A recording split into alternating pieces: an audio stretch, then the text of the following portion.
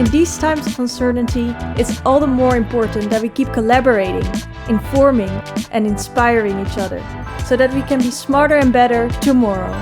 Welcome to the Pakhuis de Zwijger livecast.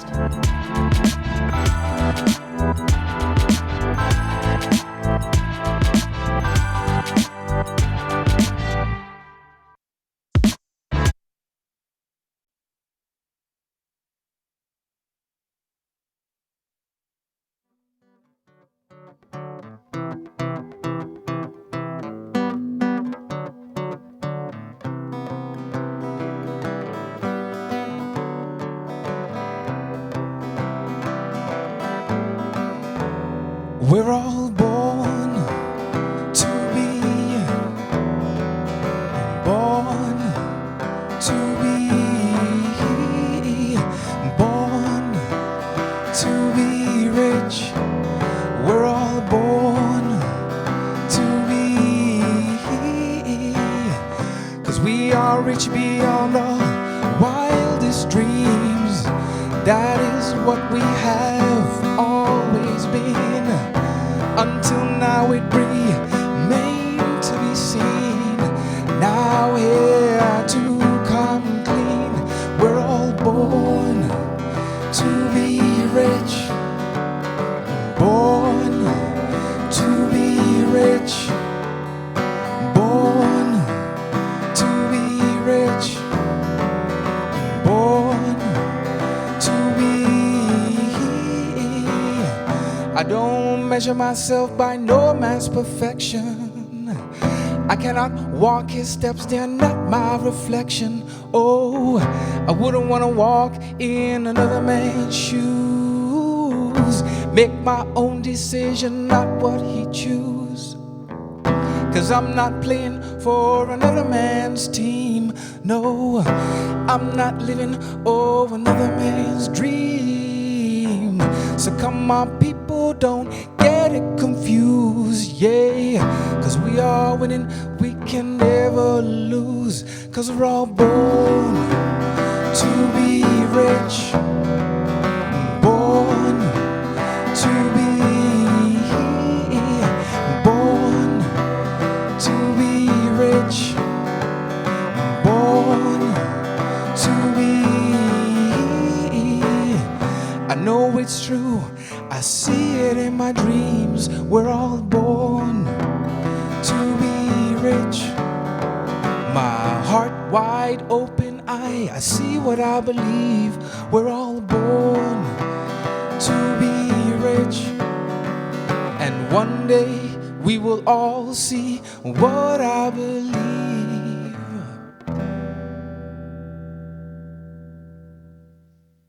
Yes, wonderful. Thank you. And good evening, everyone. We just saw the performance Born to be Rich by Jürgen Gario and Mirte Hartland, spoken word artists, musicians.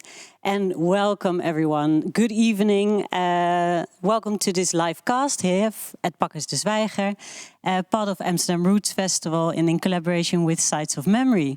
This evening is going to is part of a program called Amsterdam Vertelt. It's a platform for storytellers every Friday evening here at Pakhuis de Zwijger. It's a donation-based program, so we would like to invite you to, if you can, support the artist. You can do so by donating via the website of Pakhuis de Zwijger or Amsterdam Roots Festival. So if you can, please do. This evening is a full program, an exciting program with live performances and also conversations with historians and with artists from South Africa and the Netherlands. The program will be around the theme Future for the Past. How do we look at history and how does history inform us about how we see the future? We will invite you as our audience to also be part of this conversation, so you can ask your questions via Zoom. The Zoom link can be found on the website of Pakhuis de Zwijger. So if you're looking for the Zoom link, please go to the website, to our program and tune in. Just to introduce myself, my name is Katy Streek. I'm a theatre maker and a programmer and co-founder of Sites of Memory Foundation. This evening I will be your co-host, together with my colleague and my friend Jennifer Tosch. Good evening, everyone. As Katy said, my name is Jennifer Tosch. I'm a culture historian. I'm the founder of Black Heritage Tours in Amsterdam and New York State. I'm also an activist and a co-founder of Sites of Memory Foundation. This year's performance is really going to be an exchange between South Africa and the Netherlands, and it focuses, as Katy said, on the future for the past. We're going to look really closely at the connected histories. How do these both countries and how do they respond to these different narratives?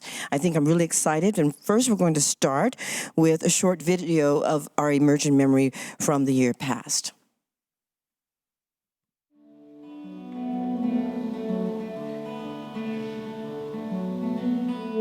I invite you this evening to travel back in time, to immerse yourselves, your bodies, your minds.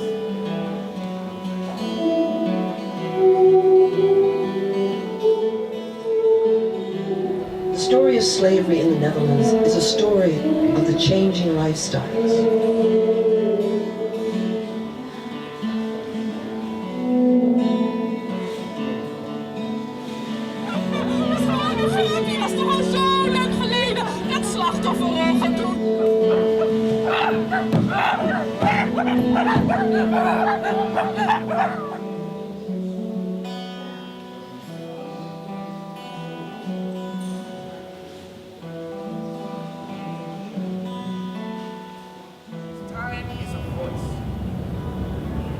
How we bring their lives closer to our own.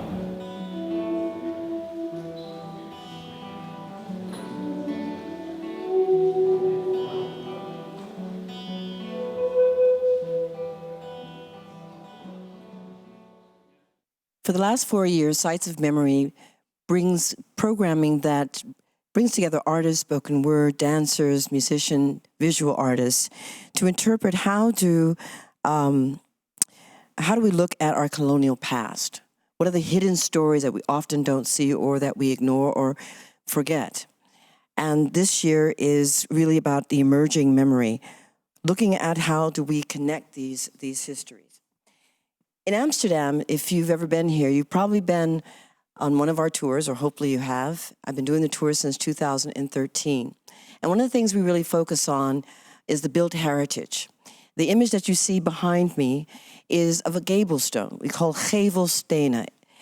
There at the time of the height of the 17th century, there were thousands of these gable stones that were symbols. Think of them like street signs before people could really read and write. This was a way of identifying what the building's function was, the owners, the products that were being warehoused in those buildings. And this particular building, this gable stone, is of Cornelius Tromp.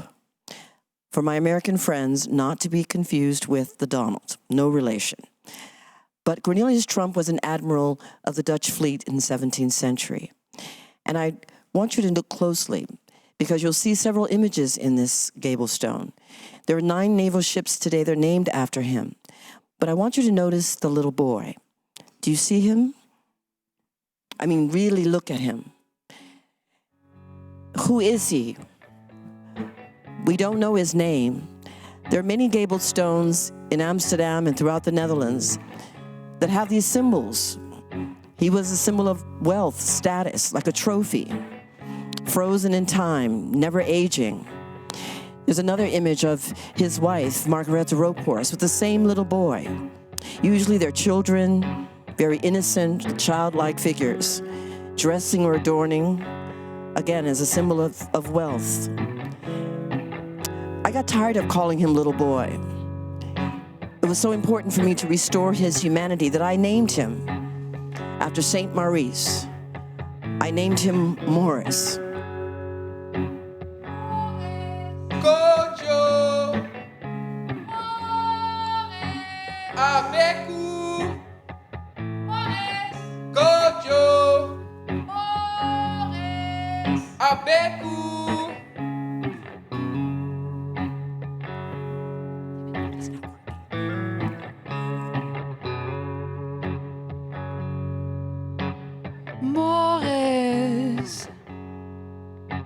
Je spleet de zee in twee om hier te komen, Morris. Je spleet de zee in twee om hier te komen. Waar ze van grootheidsdromen, achter gevels van goud waar duivels wonen. Jongen, je lacht zoals je moeder je zag, je naampjes gaf. Lief klein jongetje, Morris. Misschien zou jij de wereld zien. Je leerde te jong om een man te zijn. Je leerde je scheren, de doden vereren. In een zeemansgraf rechtop te staan op de bodem van een oceaan. Hoe het voelt. Hoe het voelt om zo zichtbaar te zijn. Hoe het voelt om 16, 23, 45 te zijn. Jij bent niet meer klein. Je spleet de zee in twee om hier te zijn. You split the sea in two, Morris. Welke vragen stellen wij? En kunnen we het antwoord horen? Kunnen we ons herinneren zonder woorden? Jongen, je spleet de zee in twee. En vroeg iemand jou om hier te komen? Of werd je meegenomen? Morris, Morris, je spleet de zee in twee. Om hier te komen, Morris. Sorry, sorry,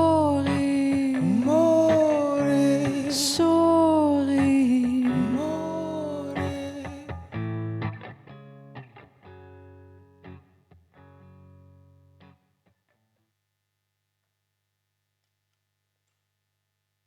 Song Morris was part of last year's performance Emerging Memory. Each year we bring a different performance, highlighting a different theme and different sites. The audience is not sure what is scripted, and bypasses become part of the performance as it's outside in the street. It's site-specific, and the city becomes a theatre. Now we are going into a conversation with our performers, the performers of Sites of Memory. Great. Well, thank you very much for this performance. Thank you for being here tonight. This evening we are talking about the theme Future for the Past. So just to start off with the first question, Future for the Past, what does that mean to you? This is a open question. Jomesia. Yeah, I see the face coming my way. What does it mean for me, future for the past? For me, it means recognition. It means being visible. It means acknowledging. And I think bring power to myself. Okay. And for you? Well, you're welcome. I mean, performing these pieces is really, it feels as if it's a certain type of filling a void of some sort. And that's also what Future for the Past means to me. It's writing not necessarily a new story, not necessarily rewriting it, but adding to the story that is, so it becomes complete in different perspectives, not just one narrative. Thank you, Meerte. Yeah, I'm with you on that, I guess. And also the idea of what is a future for the past, that you cannot really have a future if you don't have a past. Future can only exist in opposite to a past. So if we don't write the past, there will be no future. So for me, this is my association with the whole term. Like we need to still write those pages before we can have a future together. Yeah. And last year you were working with this historical narrative, with the past, and you wrote the piece Morris, the one you just performed. Can you tell us something about your process? I think like this is a cliche that some songwriters use. They say, well, the songs write themselves. But this was actually what happened with this one. I was just playing these very simple chords, and I always want to do something complicated, but then it turns out that I need to keep it simple. So I was just playing it, and then because Jennifer told me about that she named the black boy on the gable stone, and I thought, well, but and also in the book of the heritage tours, there was it said like anonymous black child. So I was thinking about that name, like Morris, and then it kind of wrote itself. I called up on him, really, like, where are you? Like a mother to a child, so something like that. And then the song appeared. Yeah. Yeah, and I think if I think back on last year's performance, Emerging Memory, this was actually a moment in the performance that was very emotional for a lot of the audience members. Were you expecting that response? And also, how was it for you, also reflecting on this particular history as a white person? Yeah, I was very careful with it at first, because when I first wrote it, I thought maybe I should not do it, because it's very problematic as a white person to create an identity for this boy.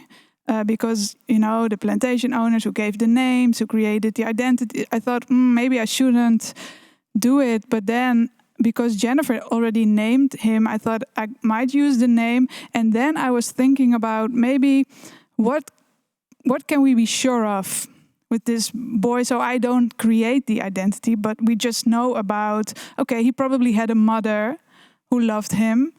Then he left, and he split the sea in two, so he traveled. Then he arrived somewhere where he was very visible because he was black, and there were not many black people at the time in the city. So these were like very facts, and I tried to create poetry out of these facts, and also that he was a boy, and he remained a boy. And this was something that was done to keep people small and to portray them as smaller and childish. So I thought I age him in the song. So I had him grow up in the song to become a man, to become older. So this was my thinking process, and this is how the poetry came about, really. Okay, thank you. Jomesia, you are going to be performing for us tonight. Yes. But can you tell us something, because you work with a lot of different performance styles in your work, or different dance styles. Can you tell us something about your background? I started dancing at a young age. I started with what they call the technical dances, so ballet, modern, jazz. And then, there wasn't really, I wasn't really brought up with like African types of dances, and I really had to search for it myself. So I think maybe 6 years ago, I went to West Africa for the first time, and something just opened up for me. I felt recognition, I felt seen, I felt, like I came home, even in my movement, in my body. So then I started to switch up. I started to switch up styles, and not even like totally switch up to only go to traditional West African dances, because I'm a European woman. I like to say I'm an Afro-European woman. So I mix, I think, what I've learned here with what I do in the West, but it's also what I learned, what I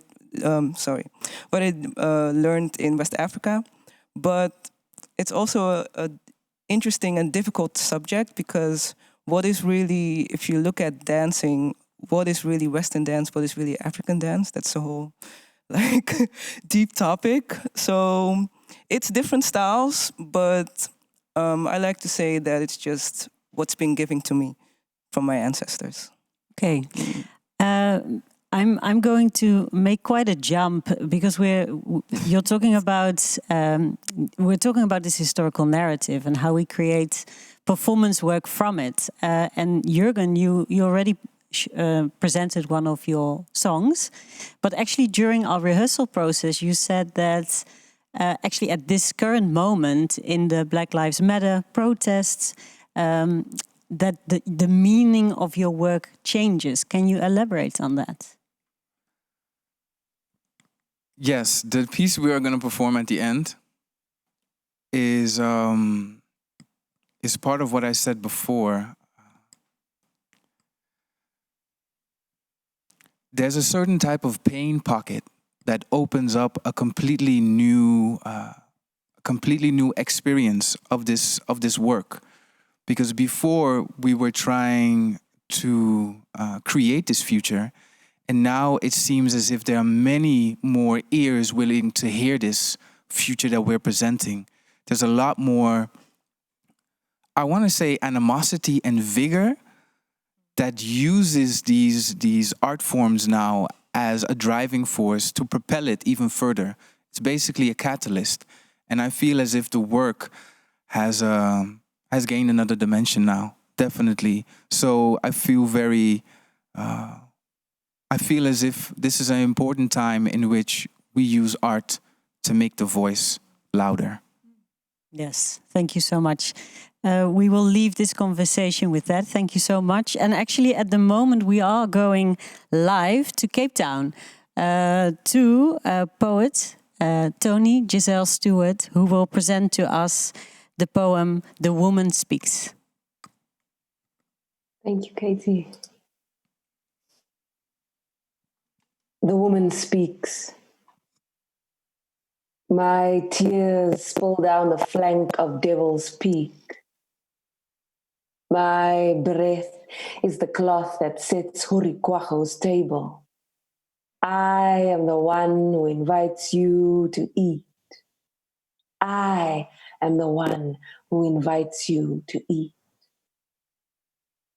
I am the child of two gods. My heart is a Hollander, but my soul prays to Hitsiep.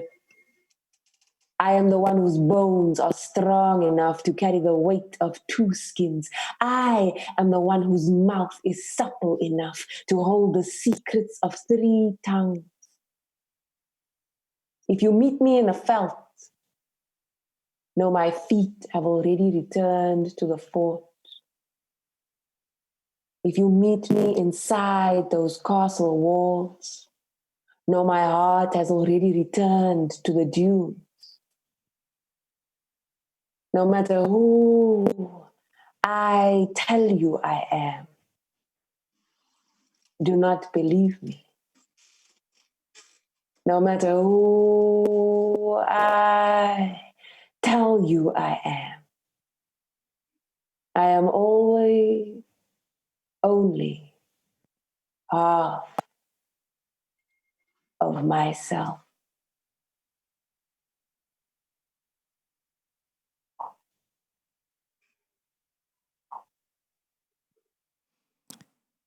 Thank you, Tony. That was beautiful.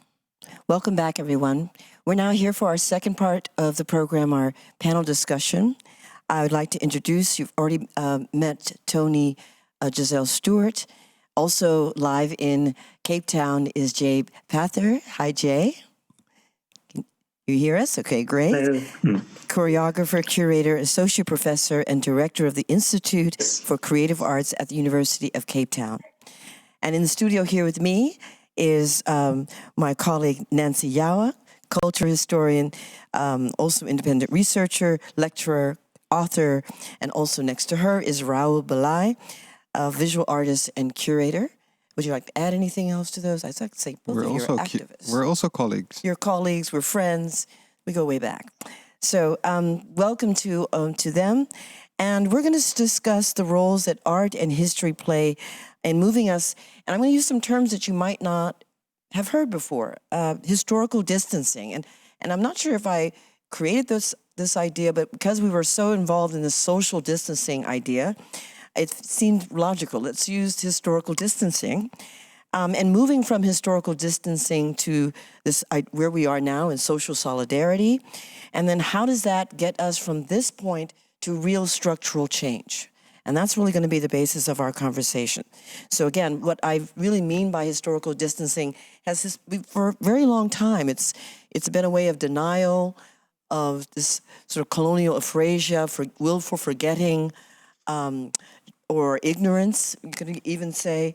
And I think the way we've disassociated ourselves historically, and we're at a really pivotal time, I think, where we have now, because the world is watching, there's been so much of this level up, our attention on these issues, and social solidarity has just been this unity that we're seeing around the world, right? And how the world is standing in solidarity in that pivotal moment when George Floyd was killed by the police. And then getting to that next level we'll talk about last. So first I want to start with you, Tony, there in Cape Town. You shared a poem about Krotoa. She was a Khoi woman who lived in the 17th century, and I use the word worked in quotes because I'm very conscious of, how that's framed. But she was in the household of Jan van Riebeek, who was the first governor of the Cape Colony for the Dutch East India Company. She learned to speak Dutch and Portuguese, right, and was an interpreter as well. Would you tell us what inspired the poem for you? So the Woman Speaks is part of a collection called Krotoa Ewe Suite, a Cape Jazz poem in 3 movements. And what I set out to do with that collection was to reimagine Krotoa's story from her perspective as if she was the one telling it. So we don't have access to her story in the archives from her perspective because it's written in Jan van Riebeek's journals, in her husband, who was a Danish man who ended up in Cape Town, in his journals. And so her story is kind of written through this white male gaze. And we know how violent and diminishing that gaze is. And so in reimagining her story, my intention really was to look at what's possible for us as Black and brown South Africans when we start going into our own histories and reclaiming them and writing them from our own perspective, not from the narrative of the kind of colonial gaze. Beautiful. And Tony, still with you, as we are reframing these colonial narratives, I think all of us in our work in some way are involved in that, in adding to or what has been forgotten or ignored. Why is her story, do you think, so important for us to remember? When I was researching it and learning about her life, the thing that struck me is that she was a woman who was at the forefront of engaging with the first settlers. And there's something about what's been taken from us as South African women by not understanding that our female ancestors were right there at the beginning. They were right in the mix. And so what kind of strength, what spiritual, emotional strength and resource can we gain from understanding her story more fully and understanding what it is that she went through and how she worked. And I was thinking about Toni Morrison's notion of interiority, that idea of what is the interior lived experiences of our ancestors in a way that humanizes them and that also allows us, my work is, I'm very interested in what are the resources from the past, because we know the trauma and we know the wounding, but what are the resources from the past that we actually don't have access to because the power and the wisdom and the knowledge of our ancestors was forgotten and buried and hidden from us. And so that for me is why her story is important. It's about what the resource that it gives us in this moment. That's beautifully said, Toni. Thank you for sharing that. I'm going to turn now to Nancy. Nancy, in your work over the years, you have really, at least from my point of view, used your work to bridge this gap of historical distancing. Can you share how you have really developed your career? This is before becoming popular as it is right now, in using that idea of reframing and creating this bridge of historical distancing. Well, yeah, I mean, first of all, it was sort of part and parcel of my daily life as a child at the kitchen table. I heard stories every day. We as children would listen. My father would talk, a typical classic patriarchal setup. And but I took a lot out of that, and so I think I was inspired by it. And so before I became, researcher on this topic, I think I was already, cultural producer wanting to share the stories with a larger audience. Like, so how you have this sort of discrepancy between the kitchen table is constantly, infused with those stories and the food that you have with them. And then the outside world does not know anything about it. So, and it's painful, you feel completely disconnected in a sense. So how do you also make the place where you live your own, in your home? For me, that was also, feeding that space with stories about that colonial past in the case of the Netherlands. So that was kind of, I think, the intrinsic motivation without me, always consciously knowing this even. And after a while, I started also researching because I thought I need to know so much more. When you start digging into it, the more you know, the more you really realize that you don't know a lot. And you've been at this, not to date ourselves, but for many years, before, again, the first in the waves of feminism. How was your work received, or did you find that there was an openness then? And I know it's evolved and changed a lot, but I think for the sake of context, it would be nice to know, what has that journey been like for you? Whoa, you mean like what it was like in the 80s and the 90s compared to now? So I have to come out with my age? I know. I'm sorry to date you, sis, but... Whoa, that's a big question. I was brought up very much as an activist. I would think, again, at that kitchen table, the first time I had to perform and talk about the lives of my people and human rights abuses and whatnot. I was 12, and I actually also had to perform. So, and for folks around the world who don't know, who are your people? So my people are manifold, but the people that I'm referring to right now is the Papuan people. My father was a sort of a political leader who had to flee Indonesia because he was basically fighting for an independent West Papua. So we became refugees basically in the Netherlands. But fast forward to the 80s and 90s, my upbringing as a activist was in the squatter scene, and that's where I learned to really fight the system and whatnot. And so at that moment, especially black women in the Netherlands were already pushing forward this anti-racist agenda that we're now again embracing, right? Which Gloria Wekker and Philomena Essed are calling the second wave of anti-racism in the Netherlands. And we can talk about that if that's even accurate. Is it already a third wave? We don't know. But anyway, so that was a very particular moment. And then 20 years ago, so entering the new millennium, we had this strong shift to the political right. And that's when we got this void. And so to return to this decade, this last decade that we've had with, a lot of new type of activism that is going on is like, whoa, what's happening? And suddenly everyone understands what intersectionality is, and there's feminists and anti-racists, and so it's been quite a ride. But I'm thoroughly enjoying it, I have to say. Yeah, it's really exciting. Makes me a little bit feeling old as well, but I'm learning a lot from the younger generations, and I'm really enjoying it. And that was actually my next question about intersectionality, because one of the things I think people don't realize when we talk about intersectionality, it's not just about race, but also gender and, sexuality. Why is intersectionality an important part to include in this movement? I mean, to me, it's central to why we do the things we do. And intersectionality is now perceived very much as a very academic, difficult term, but it really came out of activism. And it really speaks to the fact that we, embody different categories of different identities at the same time.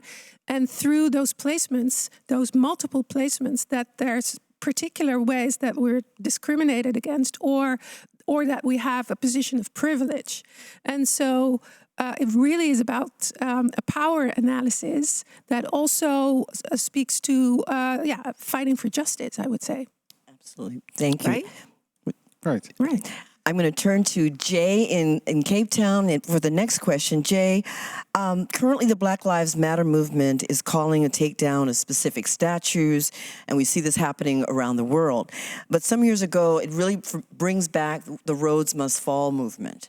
And I've liked, that was in South Africa. So what do you think, the importance of this being now included into this movement? Could you talk a little bit about that?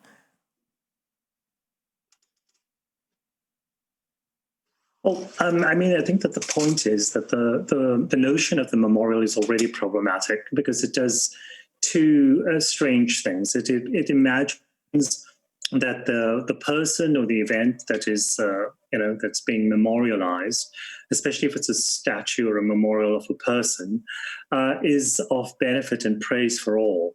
So at one point, Cecil John Rhodes was a hero for many, but now we understand him as some kind of a thief or an opportunist amongst many other ways. But the other is that a memorial it already sits in a sacrosanct space of the past and in memory, as if this is innocently in the past. But memory is not all about the past, it is about the present. And what happens now informs how and what we remember. And these memorials then become kind of agitators and in themselves vindication of current realities of abnegation, which is what I think Black Lives Matter foregrounds. So when a human being is murdered, as in George Floyd, it's seen as a major breaking point because it's a metaphor for widespread and pervasive abnegation of Blackness. And so the presence of these memorials then stop being about the past and become very much symbols about entrenched violence in the present. There's a lot of debate around this topic, Jay, and here in the Netherlands, part of what makes our tours so, I think, interesting is that the built heritage is so well preserved. And there's some, think that by taking down these memorials that we're erasing history. Do you agree with that, or do you have a different perspective on how we should view this movement? Yeah, because I think we should understand that history is not one thing. It is highly selective. And it depends on who writes it. It is extraordinary that in a time of subjectivities, we do not see that as the world shifts and as populations change from monoracial little villages to multicultural metropolises, all of the people need vindication, especially public vindication. The point is that I'm sure that no one is arguing that the presence of such artifacts inside a museum, given proper context and framing, is important, but history is contentious and malleable and moving. So we need to find the forms, and I think performative works and temporary installations go a long way to realizing the complexities of history. And, that makes me think about a conversation you and I had, Raoul, about other ways of contextualizing these memorials, because you showed a picture of, for example, a statue that's in a Hoorn with Jan Pieterszoon Koen. And could you talk a little about your vision of how this could be reimagined using the same colonial statues? Yeah, well, in the case of Koen, I think it's my proposal was already in 2017 because we were all part of a group of people who've been working on these kind of subjects for a longer time. And who, first, for those of us, the audience that doesn't know, who was Jan Pieterszoon Koen? So Jan Pieterszoon Koen is one of the admirals of the East India Company who is responsible for killing 90 or 95% of the people of Banda. Banda, yeah. It's a Malaccan island, part of Indonesia right now. And he has a statue in the central square of Hoorn, a small city or village, I would say, coming from Amsterdam, but it's a different discussion, on what used to be the inner sea of Holland, which is now a lake. And it was one of the bigger partakers in the East India Company. It was really important in those times. So they have this statue, and I would say, like, let's put all people who rose to the Dutch, starting at his entering of the Moluccas up till liberation in 45, I would say, independence of Indonesia, and fill up the square with all those people who rebelled against the colonization of their own country. Because it's ridiculous to me.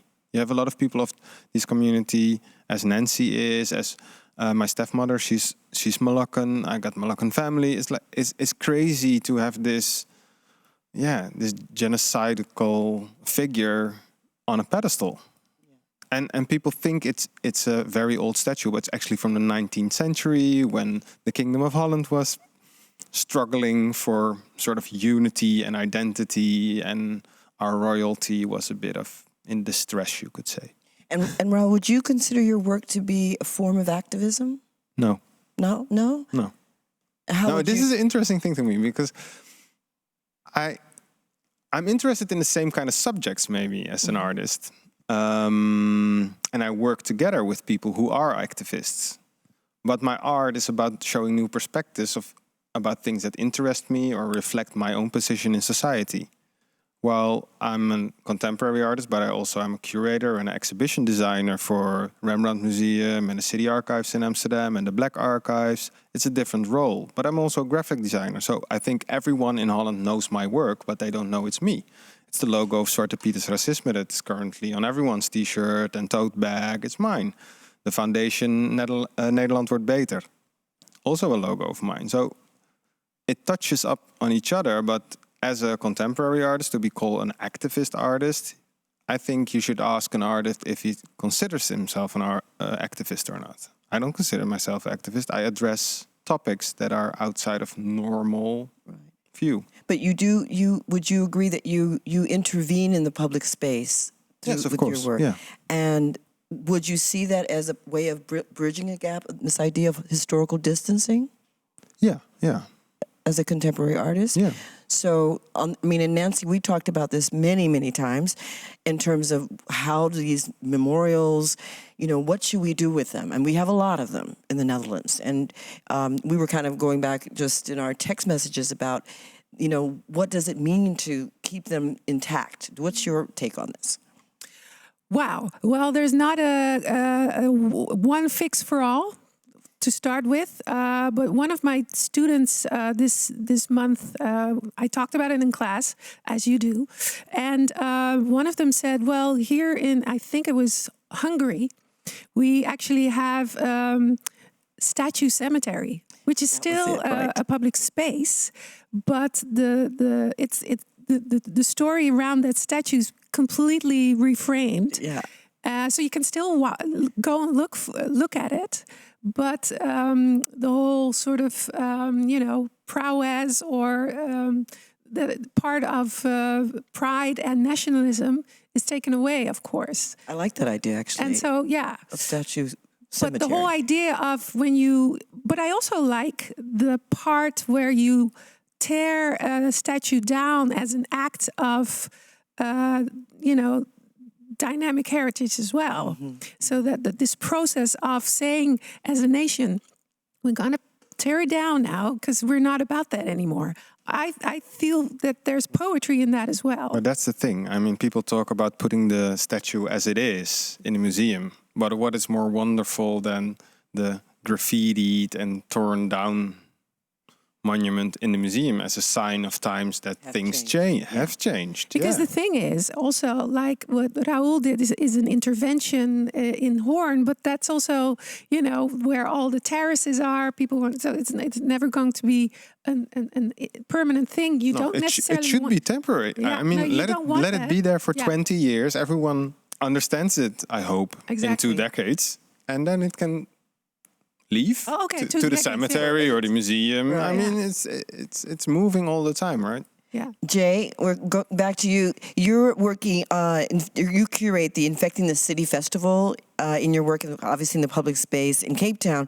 How do you think that the public spaces can enhance this conversation? Or, now we're moving into this idea of really social solidarity. Do you see that is able to contribute to that? Well, it's kind of the only place, because I think in a public space there's no hiding. You can't avoid it. So just watching those clips of sites of memory work, there are some things that could be extremely uncomfortable, but that discomfort needs to be in public because it's a public issue. It can't just be in conference halls or in little tiny policy-making offices. Infecting the City, I think, does that in some way because it brings people together that you wouldn't normally go and watch a performance with or go to a gallery with. And I think that already starts a kind of a conversation. From that point of view, the public becomes a very, very powerful space and needs to be held and preserved for all publics. Staying with you, Jay, our theme again for this year is Future for the Past. What does that mean to you? What does that speak to you? Well, in so many cultures, because the notion of past, present, and future is very symptomatic of Anglo cultures or the Northern cultures, where there's so many flips where the past is the future, and these become imbricated with a kind of a continual living. But there is certainly, at this moment, given both COVID and also the uprisings that have taken place, it's quite important to understand how all become, just as all countries have become implicated in COVID, so do all times need to be, will need to be brought into this particular moment, because we can't possibly have a future if we do not reckon with the past. We cannot possibly be in the present if the future bind with the past, so we can start building and being aware that the building blocks of the past are there. We recognize what they were, how bad some of them were, how they've eroded our societies, and replace them. Thank you, Raul. What does Future for the Past speak to you? What does it mean to you? Well, quite literally, if I look at how Afro-Surinamese Winti culture works, it's about having a connection with your forefathers and foremothers, your ancestors, and you take that with you, and you put things in the now correctly together and work on that to have peace also in the past and for your ancestors. So I think in that way we're working towards a future for the past by giving everyone a peaceful future, actually. Yeah. Beautifully said. Yeah. Nancy, what do you think? Future for the Past? Yeah, I can't top that. I know, that's pretty good, right? Pretty good.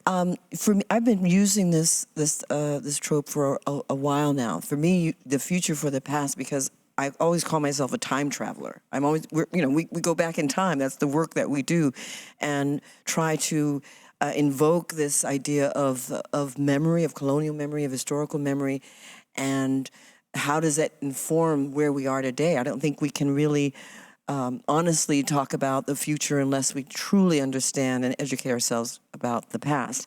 I'm going to ask this question actually for everyone, and you can answer it if you choose to. There is structural racism, I think, is at the heart of a lot of the debates and the movement and activism in the arts, in the art institutions. And Jay, if you want to answer this from there, or Tony even, how do you see structural racism operating in the arts institutions? I mean, this is this pivotal moment in time. So let's get to the point where we're talking about structural change. How do you see it being affected by this?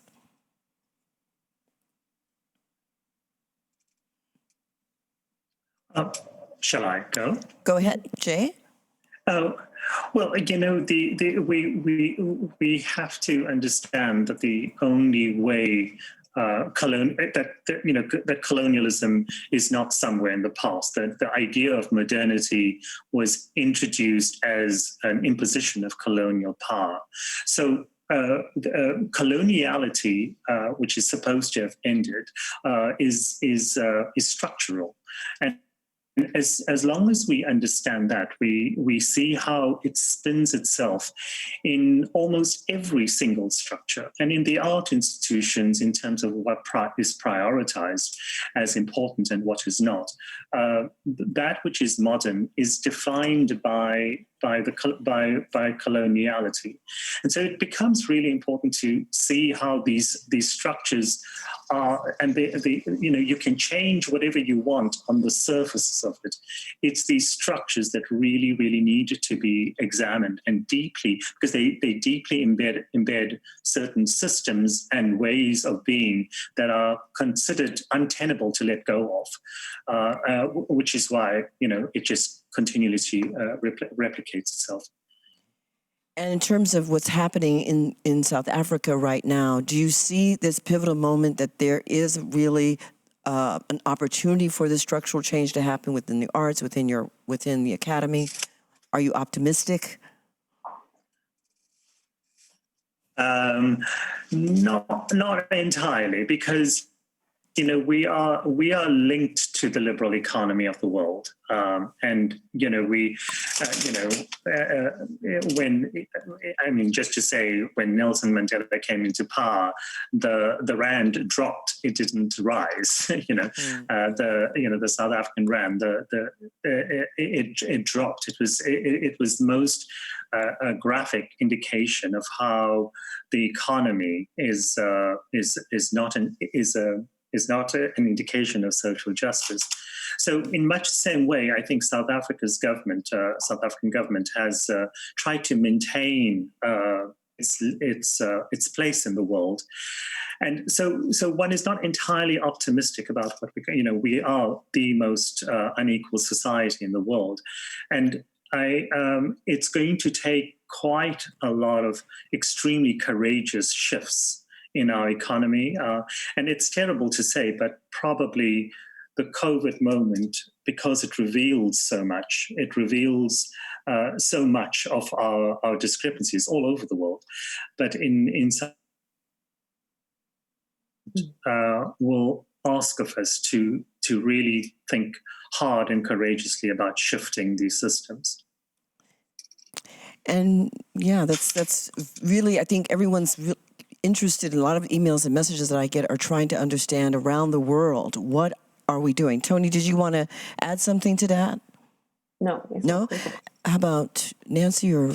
Well, just quickly, I think it was last week that one of the Dutch dailies had a very big article about the dire situation in the arts sector of the Netherlands if you look at race.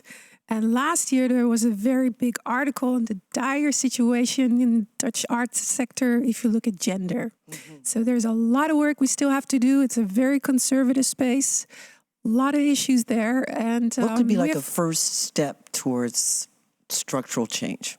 What do you see that? I mean, I know that's a big question. It's a lot to... Putting the money where the mouths are, and also taking it seriously for once. It's just... There's a lot of lip service going on. And diversity is just this empty shell of a word that doesn't change anything. And it's a huge problem. And there's a lot of people that maintain that status quo, and that needs to change. Well, we work around history a lot, right? Mm-hmm. So if I look at art history, art history is just about white art history. Like, people love Picasso, who was a sexist, who was a racist, who exploited African art as primitivism. And it's still like that in all history books that talk about art history. Now some institutions are buying into more minority art. Well, we're talking about a global idea about the history of art. And if we talk about the minorities in a global scale, white people are a minority. It's like 9% of the world population. So if we level that out on schools, it's a good start, I think. And I think one of the biggest problems within the art scene is that everyone sees itself as really liberal and open-minded, while ask anyone who is not white who went to art academy how that experience was, and it was not fun. Or studied art history, for that matter. Yes. Yeah, I just had this conversation with Charles this yesterday about this, and okay, we're going to transition now to are there any questions from the audience? It's no questions. Okay, then Katy, I think it's the next is the pictures, right? We're going to see some images from the Roots Festival. Because this program this evening is part of Amsterdam Roots Festival. It started yesterday and it runs until the 28th of June. Tomorrow evening at 8:30, you can watch the program Roots and Stories live from the Meervaart, where young theatre makers use music and theatre elements to tell their story of being a third culture kid. As someone who grows up between two cultures. This program will be followed at 10 p.m. by a concert of Conjunto Papaupa, live from the BIM House. And now we are going to see the performance Time is a Voice by Jurgen Gario and Jomesia Oosterwolde. Today, we put light on the map.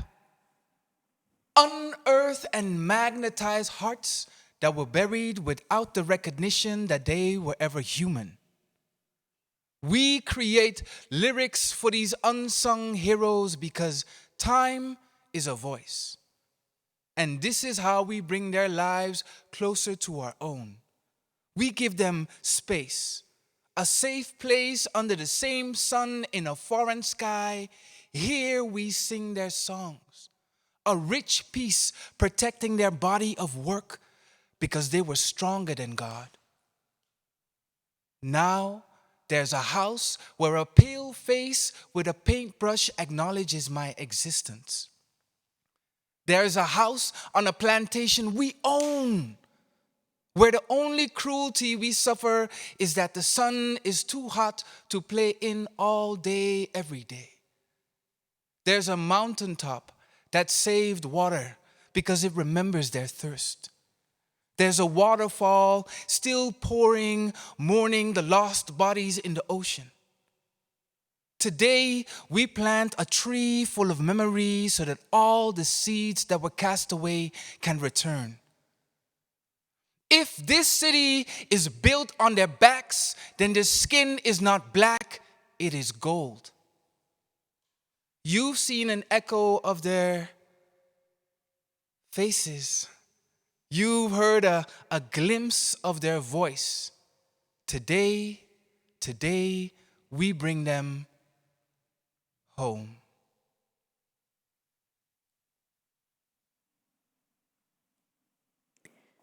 Thank you very much. Thank you for this amazing performance. This was the last performance of the evening, and it's really to give you a glance, just an idea of what our next performance, Future for the Past, will be like. It was actually supposed to be performed now as part of Amsterdam Roots Festival, but because of the current situation, because of COVID-19, we had to adapt with our times. We wish we could share more with you, but starting in July, we will actually do a adapted version because of obviously the times that we're in. So join us on our social media platforms, Sites of Memory. We will have, a part of it will be actually still in the city, and part of it will be a digital and online version. We really welcome and appreciate you joining us. Yes, here. And again, in October is when we're going to feature our Future for the Past program for this year. Yes, it's going to be very exciting. So we hope to see you then. And for now, we just want to thank take this opportunity to thank the funders that support also our work for Sites of Memory. Just to list them, it's Amsterdam Fund for the Arts, Prins Bernhard Cultuurfonds, Bank Giro Loterijfonds, Matching Fonds, VSB Fonds, Fonds Cultuurparticipatie. And on behalf of Pakhuis de Zwijger, on behalf of Amsterdam Roots Festival and ourselves, we would like to thank all of our speakers who came here tonight, who contributed to a very insightful and interesting program. Thank you so much. And thank you to all of our viewers back home. We very much appreciate you California joining viewers. us and the Californian group. Thank you so much.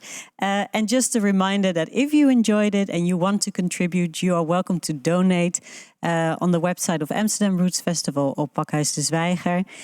Also make sure you check the rest of their program because Amsterdam Roots Festival is still happening tonight, tomorrow and on Sunday.